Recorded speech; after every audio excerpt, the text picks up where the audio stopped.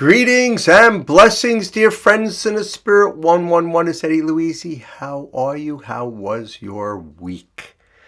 Today's episode is number 25. I'm recording it June 26, 2022, and it's called Will We Learn to Live in Peace?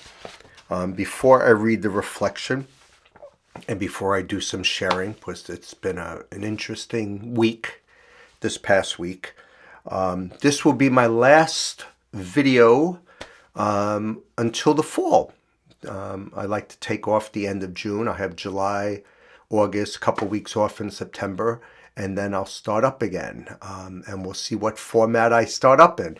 But in the meantime, for the next 10 weeks, I'm going to have podcasts on Spotify called Cue the Spirit with EDDIE LUISI. And it'll be 5-minute little podcasts on Spotify. I'm going to have a new one every Sunday and every Wednesday. So 2 new ones a week for 10 weeks, 20 new audio podcasts. So enjoy that. Will we learn to live in peace? Will we learn to love one another? Will we learn to live in harmony? Will we learn to walk with each other? Will we learn to live in peace? Will we learn we are sisters and brothers? Will we learn to fill our neighbor's needs? Will we learn to accept one another? Will we learn to live in peace? Will we learn to help feed the hungry? Will we learn to give sight to the blind? Will we learn to welcome a stranger? Will we learn to live in peace? Will we learn to visit the prisons? Will we learn to take care of the ill? Will we learn we are light in the darkness? Will we learn to live in peace? Will we learn to help our community? Will we learn to be active in our faith? Will we learn to be there for our family? Will we learn to live in peace? Will we learn to share and spread the good news? Will we learn by our actions, not just words? Will we learn to walk in His footsteps? Will we learn to live in peace? Will we learn to bear our crosses? Will we learn to turn the other cheek? Will we learn to forgive all who hurt us? Will we learn to live in peace? Will we learn that suffering leads to glory? Will we learn that dying leads to life? Will we learn searching leads to wisdom? Will we learn to live in peace? Will we learn God speaks to us in spirit? Will we learn God is our loving friend? Will we learn that God lives within us? Will we learn that God is peace? So, like I said, I'm recording this on June 26th, the last Sunday of Pride Month. That's why I have this shirt on. I'm going to stand up for a second so you see the whole logo. But there's the Pride heart, and it says, "Let love in." Dun, dun, dun, dun, dun, dun. I also took a photograph of it. I got this at the Gap a few weeks ago in honor of my daughters and all who celebrate Pride Month. And this guy, he's not Chewbacca of Star Wars, he's Frank Ape. Frank Ape is a mystical creature who lives in New York City among the humans, but without human restrictions.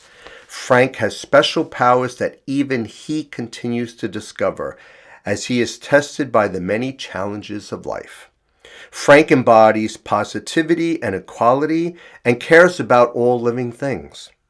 He believes in using imagination and play to create your own universe and inspiring other people and animals through thoughtful actions. Frank can be seen all over the world on any given day, but it is in New York City that he calls home. Frank is an extension of everyone and everything. Helping others helps everyone. let's be frank. So before I read the last meditation, I'm just going to share a little bit. I mentioned Pride Month, so that's all I'm going to say about Pride Month. But we all know that this past week, Roe versus Wade was overturned. 50 years of legal federal abortions have now stopped. I have three daughters, 15, 19, and 23, that always lived with this, and now their lives have just been turned upside down. The United States government is telling them what they could do with their bodies. And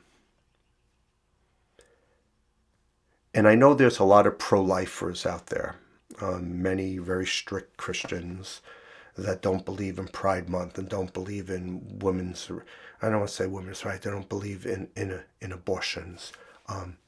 But being part of pro-life is about women's rights, about Black Lives Matter, about all genders, all nationalities, all religions. That's what pro-life is about. Not just in the womb. And God bless the little, the embryos in the womb and the babies to be. But women's rights is also about pro-life and all the other things I mentioned. And when I drive up my block, down the road, there's a person that he has a Ukraine flag with peace.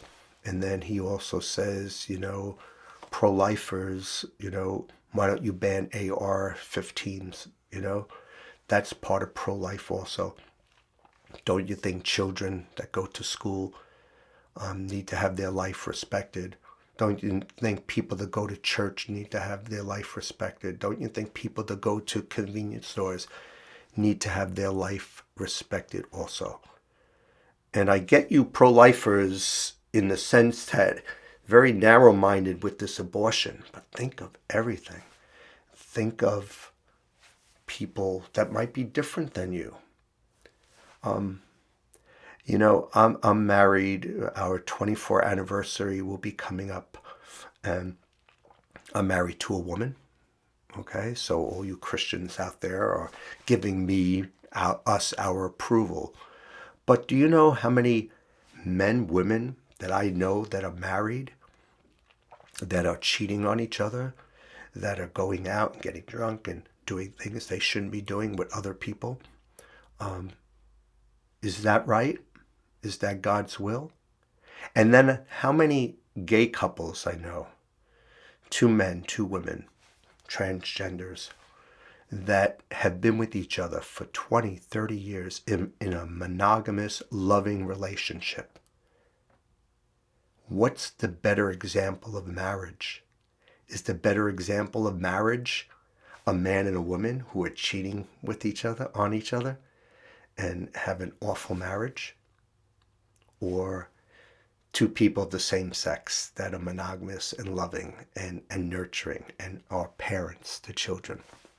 Think it over. Think what you mean by pro-life. Think about women's rights. We're going back 50 years. We're going backwards, folks.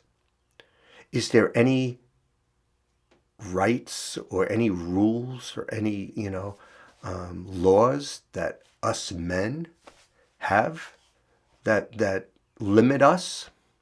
I don't think so. I was born and raised a white male, privileged, not rich, but privileged. I could drive in the middle of the night and not worry about a cop pulling me over and shooting me, or a cop coming into my house, or being harassed. That's what pro-life is. Not just in the womb, not just the embryo. So I just needed to share that. I hope I didn't offend anybody.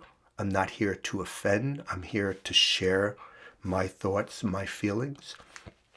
And if you want to share your thoughts and feelings by doing a comment, that's fine. If you want to share your thoughts and feelings by unfriending me in Facebook and other social media, God bless you. That's all fine. But I needed to share what's on my heart with Pride Month and women's rights. And so that's it. I'm going to end with a little reflection from dailyword.com Unity. And then I'll see you guys in 10, 11 weeks. I let my joy flow freely. Joy, the very word, lifts my spirit. Joy is like the sun, even when it is hidden by the clouds. It is always present. I need only remember this presence within to call out radiant light to shine on my path. I elevate each day of my spiritual journey by calling upon the joy that is inherently mine as a divine being. As I spend a few quiet moments in contemplation, I become aware of my connection with Spirit and open to deep, abiding love and happiness. My spirit of joy is contagious, a gift I share with others. I let this jewel of my soul flow through my words and actions to put a smile on another's face or lift the spirit of someone who may be struggling.